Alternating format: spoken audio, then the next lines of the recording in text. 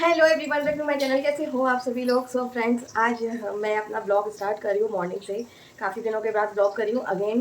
क्या कहते हैं, अभी ऐसे ही हो रहा है जब भी मेरा मतलब बीच में गैपिंग हो के ब्लॉग में बना पा रही हूँ, क्योंकि आप सभी को पता ही है क्योंकि मेरे पेन और ये सब अभी है। और अभी क्या कहते हैं, मैंने बेल्ट भी नहीं लगा रखा है और आज मैंने बहुत दिनों के बाद ये वाली कुर्ती पहनी है। और अभी मैं बस वॉश लेकर आई हूँ और थोड़ा सा बस लिप बाम लगा लिया है, काजल लगा लिया है, उसी से आपका चेहरा बहुत अच्छा लगने लग जाता है। तो आज मैंने काफ़ी दिनों के बाद आज अच्छा फील कर रही थी, तो मैंने कहा चलो आज बनाते हैं और स्टार्ट करते हैं अपना आज दिन। और अभी मैं आई हूँ किचन में नाश्ता बनाने। नाश्ते में मैं क्या बना रही हूँ, आज मैं आप सभी के साथ इजी वाली घुइयाँ की सूखी सब्जी शेयर करूँगी कैसे मैं बनाती हूँ। मैं बहुत सिंपल वे में बनाती हूँ, फ्राई करके मैं नहीं बनाती हूँ, क्योंकि मुझे हेल्दी वे में और सिंपल सी बनानी ही पसंद है। और वही सब्ज़ी मेरे मतलब पूरी फैमिली में बहुत पसंद है, चाहे मेरे हस्बैंड हो, चाहे मैं हूँ, चाहे मेरे बच्चे हों। तो परिदेव आ गए हैं सामान लेकर। और गुड मॉर्निंग। Good morning. मैं कैसी लग रही हूँ? सुंदर।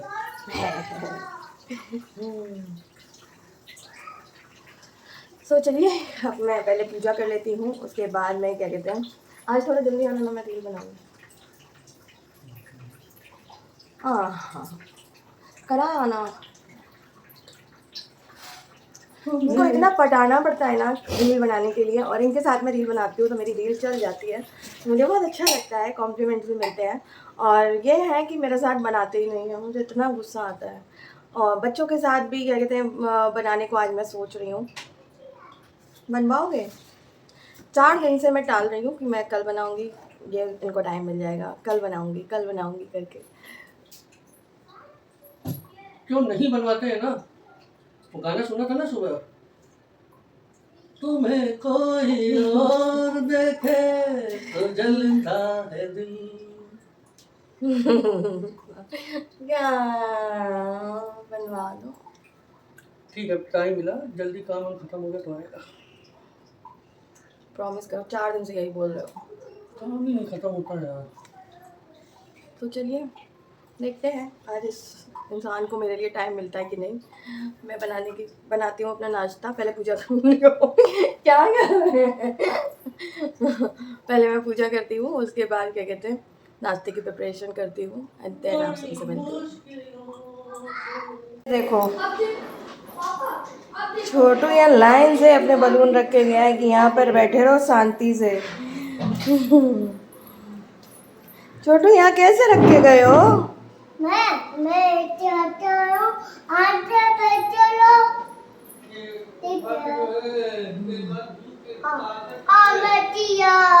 देखे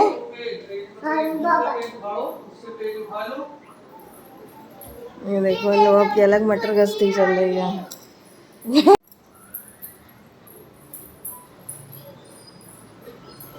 क्या लेकर आया हो? दिखाओ कलर।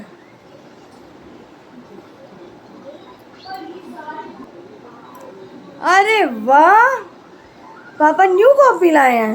ये देखो। अरे वाह, ये देखो। Very good. हाँ, ड्राइंग करेगा इस पर।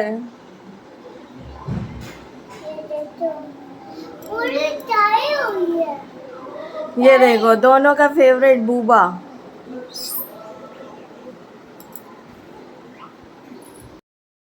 चलिए, बच्चे अपनी मस्ती में लगे हुए हैं और मैं भी जाती हूँ, अपना काम करती हूँ फटाक से। आप लोग बैठो यहाँ पर, पूजा कर लूँगी, उसके बाद लगाऊंगी बेल्ट एंड देन मैं नाश्ता प्रिपेयर करूँगी। हेलो एवरीवन, अभी मैं बनाने लग गई हूँ नाश्ता, क्योंकि पतिदेव का ऑर्डर आ गया है, जल्दी करो, मुझे जल्दी जाने को लेट हो रहा है।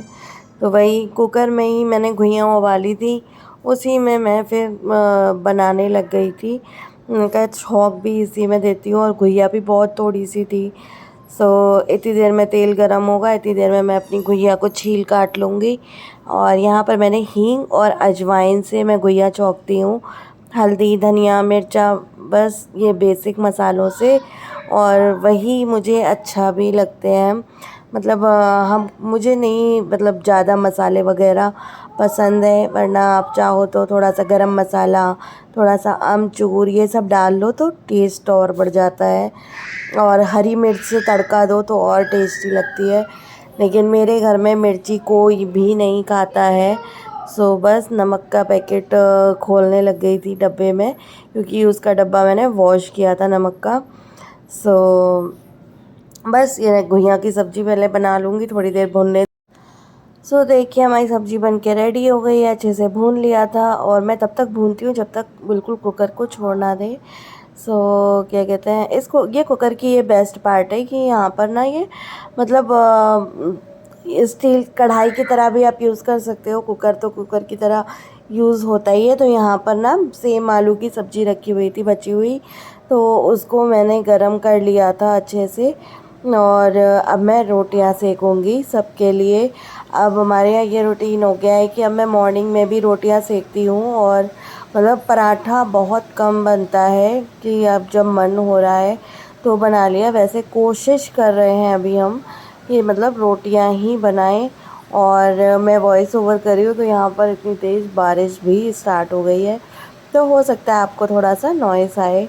सो बस रोटियां मैं फटाफट फटाफट उतार लूँगी, और फिर हम लोग साथ में बैठ के ब्रेकफास्ट करते हैं। मैं कोशिश यही करती हूँ एटलीस्ट एक मील तो हम चारों बैठकर एक साथ करें। तो बस आपका ब्रेकफास्ट क्या रूटीन होता है? आप कैसे ब्रेकफास्ट करते हो? साथ में करते हो या फिर आपके यहाँ गरम गरम रोटियां पसंद है? मेरे घर में क्या है, मतलब किसी को भी इतना गरम का वो है ही नहीं कि नहीं मुझे गरम ही खानी है। और एक साथ मेरे हस्बैंड भी कहते हैं और मेरा बेटा भी कहता है विहान, उसको भी गरम गरम नहीं पसंद है। वो भी यही कहता है कि मम्मा रोटी सेक लो, एक साथ खाएंगे ऐसे करके। तो अगर मैं उसको अकेले देती हूँ ना तो उसको ये लगता है कि क्यों मम्मा मुझे अकेले दे रही है, तो फिर साथ में ही खाते हैं। डिनर हमारा ऐसा होता है दोनों भाई एक साथ कर लेते हैं, उसके बाद में मैं और मेरे हस्बैंड साथ में करते हैं। तो कुछ ये रूटीन रहता है हमारे यहाँ। तो फ्रेंड्स खाना बनाना हो गया है, और पतिदेव जा भी चुके हैं ऑफिस नाश्ता करके। फिर आंटी आ गई, आंटी क्लीनिंग कर रही हैं। उसके बाद में हम लोग भी नाश्ता करेंगे। थोड़ी देर बैठती हूँ। मैंने ना अभी फ्लो में डांस कर लिया हूँ, मेरे ना वैसा वैसा लगने लग गया। लेकिन मैंने बहुत बेल्ट बांधी हुई थी तो उतना ज़्यादा नहीं लग रहा, लेकिन फिर भी होता तो है ही है ना। बैठती हूँ थोड़ी देर। आज हस्बैंड को जल्दी जाना था, कुछ अर्जेंट काम था जिस वजह से वो जल्दी चले गए थे। तो इस वजह से क्या हुआ, हम अलग अलग ही ब्रेकफास्ट कर रहे हैं। मैं, तक्ष और विहान साथ में कर रहे हैं, और ये पहले ही करके चले गए थे क्योंकि आंटी भी आ गई थी उस टाइम।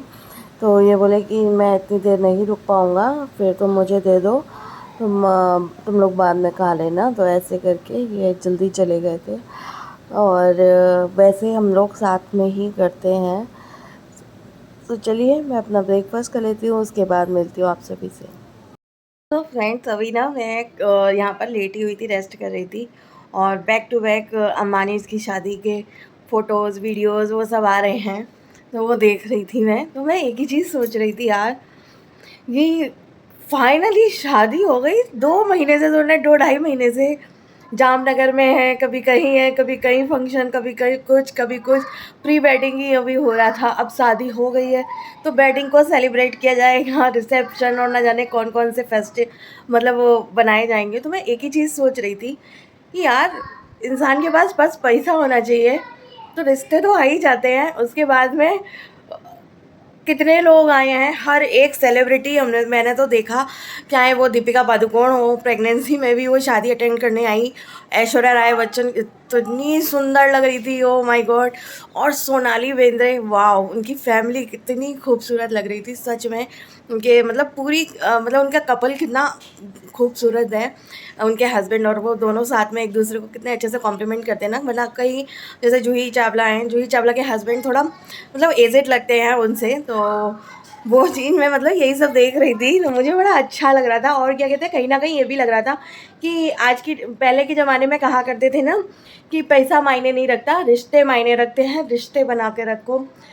तो मैं यहाँ पर एक चीज़ ये करेक्शन करना चाहूँगी, ये कलयुग है। कलयुग में क्या है, पैसा मायने रखता है, कुछ मायने नहीं रखता। अगर आपके पास पैसा है ना तो आपके रिश्ते भी आपको पूछेंगे, रिश्तेदार भी पूछते हैं, बुलाते हैं। अगर आपके पास पैसा नहीं है ना तो रिश्तेदार भी मुंह मोड़ लेते हैं। तो आज की डेट में रिश्ते भी तभी हैं जब आपके जेब में पैसा है, आप सब कुछ कर सकते हो, पैसा होना चाहिए बस। तो आज की डेट में कितना इम्पोर्टेंट हो गया है कि पैसे के बिना लाइफ है ही नहीं। चाहे आप कुछ भी चीज़ देखो, आज की डेट में पैसे से सब कुछ आ जाता है। तो मैं यही चीज़ देख रही थी यार, मतलब मतलब देखकर अच्छा भी लग रहा था कि हाँ शादी हो रही है और अनंत अंबानी पर कितने गंदे गंदे मीम्स बन रहे हैं और क्या कहते हैं कितना कुछ बोल रहे हैं लोग। तो जब एक चीज़ मैं ये भी सोच रही थी कि मतलब as a plus size I am also plus size. तो जो आसपास के लोग होते हैं जो आपको टोंट मारते हैं मोटापे पे, तो मैं यही सोच रही थी, मैं यार अनंत अंबानी को किसी ने नहीं छोड़ा तो मुझे, हम लोगों को तो कौन ही छोड़ेगा, हम तो तुच्छ से प्राणी हैं। मतलब हमारा तो कुछ भी वो नहीं है। वो तो कितने पैसे वाला है उसके बावजूद उसको ट्रोल कर रहे हैं लोग, तो हम तो क्या ही मायने रखते हैं। और ये देखो डकैत आ गया, क्या हो रहा है, बहुत मारूंगी मैं। क्या चाहिए, कोई बलून नहीं मिलेगा, सुबह से 10 बलून मिल चुका है, हट। मैं नहीं दूंगी बलून। और वो क्या है, 3 बलून वो फूले हुए पड़े हुए हैं, उनसे नहीं खेलना है। एक बलून फूट गया तो उसके लिए बलून चाहिए क्या, दोनों फटे, पहले वो तीनों भी अभी मैंने ये कह दिया ना वो तीनों फूट जाएंगे उसके बाद दूंगी, तो वो तीनों फोड़ देगा, इतना बदतमीज है। मैं नहीं दूंगी अभी बलून। खेलना तो तुमको होता नहीं है, फुला कर एक कोने में फेंक देते हो। वो देखो तीनों बेचारे।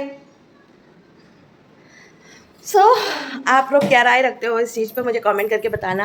मैं बहुत ज़्यादा लंबी गपशप नहीं करूँगी क्योंकि कुछ लोगों को बिल्कुल भी पसंद नहीं है मैं गप करूँ, मतलब बातचीत करूँ अपने ब्लॉग में। चलिए मिलती हूँ आपसे थोड़ी देर में। फ्रेंड्स, आफ्टर माई सर्जरी मैं अभी हेयर ऑयलिंग कर रही हूँ। अब हेयर ऑयलिंग का क्यों याद आया, एक तो इतनी देर मतलब वॉश करने में बहुत टाइम लगता है हेयर ऑयलिंग के बाद, और क्या कहते हैं दूसरा क्या कहते हैं मैं ठीक फील नहीं करती थी क्योंकि झुककर सर धोना बहुत मुश्किल होता है। और क्या कहते हैं यहाँ पर मैं हेयर ऑयल कर रही हूँ क्योंकि मेरे हेयर फॉल बहुत हो रहा है। और मैंने ना आदिवासी हेयर ऑयल मंगाया था, मेरे साथ उसमें फ्रॉड हो गया। मुझे इतना गुस्सा आ रहा था, मेरे 350-400 रुपये बर्बाद हो गए क्योंकि उसमें जो टेक्सचर बताते हैं ऑयल का वो बिल्कुल भी मैच नहीं कर रहा। मेरे पास जो ऑयल आया है वो इतना लिक्विडी और बहुत मतलब अजीब सा ही फ्रेगरेंस है, मतलब फ्रेगरेंस बहुत स्ट्रॉन्ग है जैसे खुशबू डाली हो। मुझे लग रहा है मेरे साथ वो फ्रॉड हो गया है, क्योंकि बॉटल का भी मैच नहीं हो रहा है उसमें। बस यही था। चलिए फ्रेंड्स, इस ब्लॉग को मैं यहीं पर एंड करती हूँ। लाइक शेयर और कमेंट ज़रूर करिएगा। आपके एक लाइक से मुझे बहुत ज़्यादा मोटिवेशन मिलती है आगे काम करने की, ब्लॉग बनाने की। Thank you so much for watching. Bye bye.